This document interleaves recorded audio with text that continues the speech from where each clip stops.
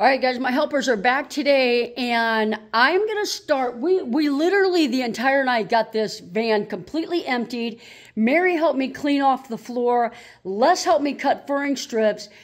Jane and Bernadette polyurethane or primed them, and we're going to hang some furring strips today and see if I can't get that insulation back where I want it. Maybe put some Thinsulate up and get that Reflectix back in today.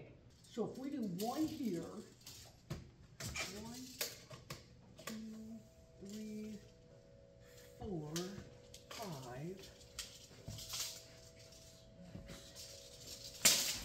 2,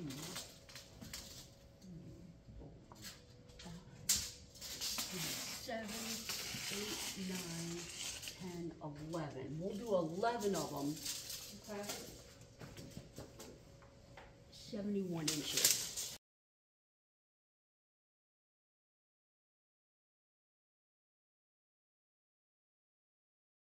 What you see Mary doing is drilling these little holes for me with a Forster bit so that when I put the stainless steel screws in, they don't stick out past this wood.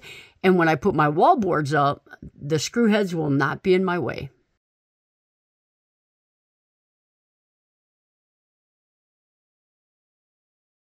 What I do with my furring strips is I cut them to 3.5 inches wide, and I drill them out and put stainless steel, and I attach them to this rib and to the lower rib. And I like to put some cross supports in, and that's literally just for added support if I want to hang cabinets. So my lower bases, my upper cabinet bases. So if I'm going to attach anything to the wall, I've got another place to secure it. So that's how I do it.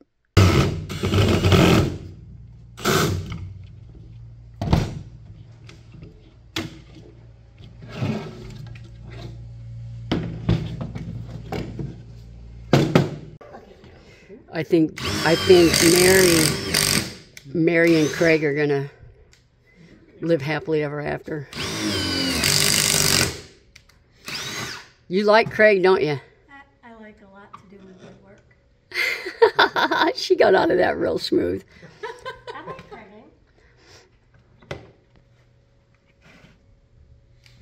All right, obviously with all this help, oh my goodness, look at this. I am framed. Oh, look at how awesome that window looks. It's going to be so pretty. All right, so I got the insulation kind of sprayed and kind of placed back where I want it. And now I am cutting the Thinsulate and putting it over the top of the Havelock wool. So Kelly and I are going to have a massive amount of insulation in here, and I couldn't be happier. What was your question? What'd she say? Do you want me to do this from the side? Where it's, you know, it's... Okay. If it looks good out there. Make us look good and look skinny, and then we'll go with it. Well, okay. There we go. Look at you ladies working it. Oh. Johnny and Jackie. There we go.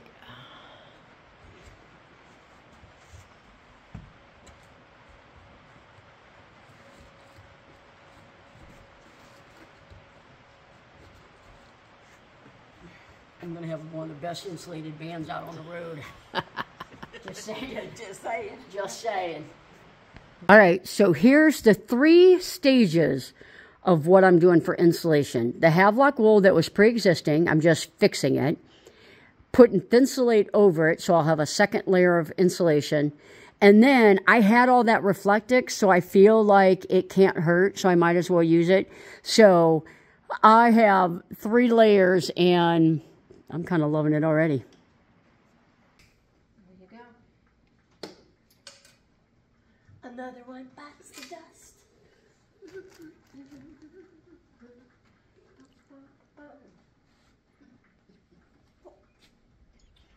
Looks like a spaceship. It does. Oh man, that was a little bit of work, but I think it's gonna help. I think it's gonna help. And it's like I had it, So why not put it back up? So that, I have got some insulation now. The guys cut the wheel wells for Carolyn's van this week and actually only needed one, so we had an extra one. So then we made another one, so I've got wheel wells for my van now. So I'm making these and then gonna set them in there to trace out that floor pattern. And hopefully this week, by the end of this weekend, I'll have my garage area done. The platform's ready to start making 2 twin beds.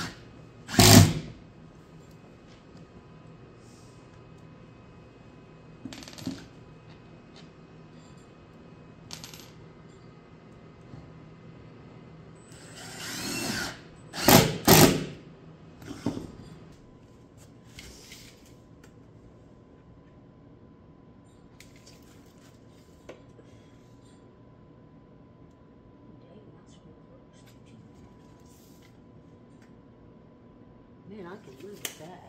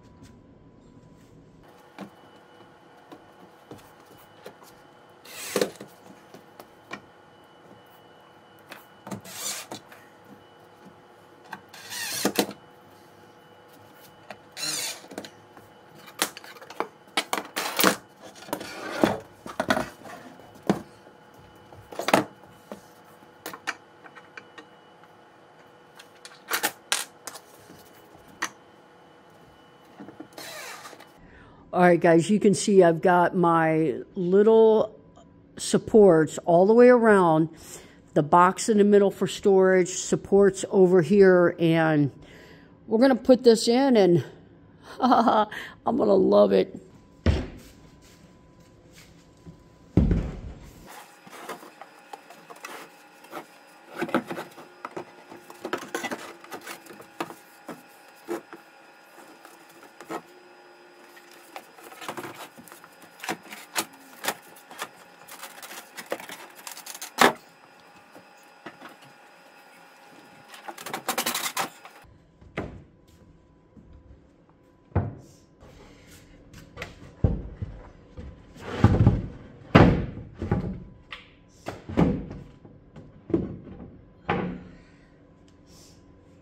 All right, the wheel wells are done, and got the top on this one. I just wanted to show you insulation all around it, which I never had before. And now I'm going to be able to stack stuff on top of there because it's a nice flat surface. So underneath the twin beds, that will be usable space.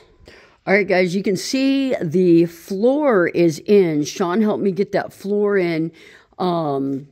Actually been a couple weekends ago because I actually got my twin beds in, and the storage underneath here is just incredible. I've got 2 of these. So these are like 20 inches deep. I've got 2 of those. My hiking stick's next to it. On this side, let me see here if I can grab them. Look how long. These are recovery tracks. Look how long these are. Those are my Expo recovery tracks, and they're literally probably about 40 inches long or so. So those will stay underneath there. I've got my rug underneath there and my campfire stuff. So I love the storage that I've got, the elevation that I've got. The twin beds are in, and let me show you the amount of storage that this has allowed me.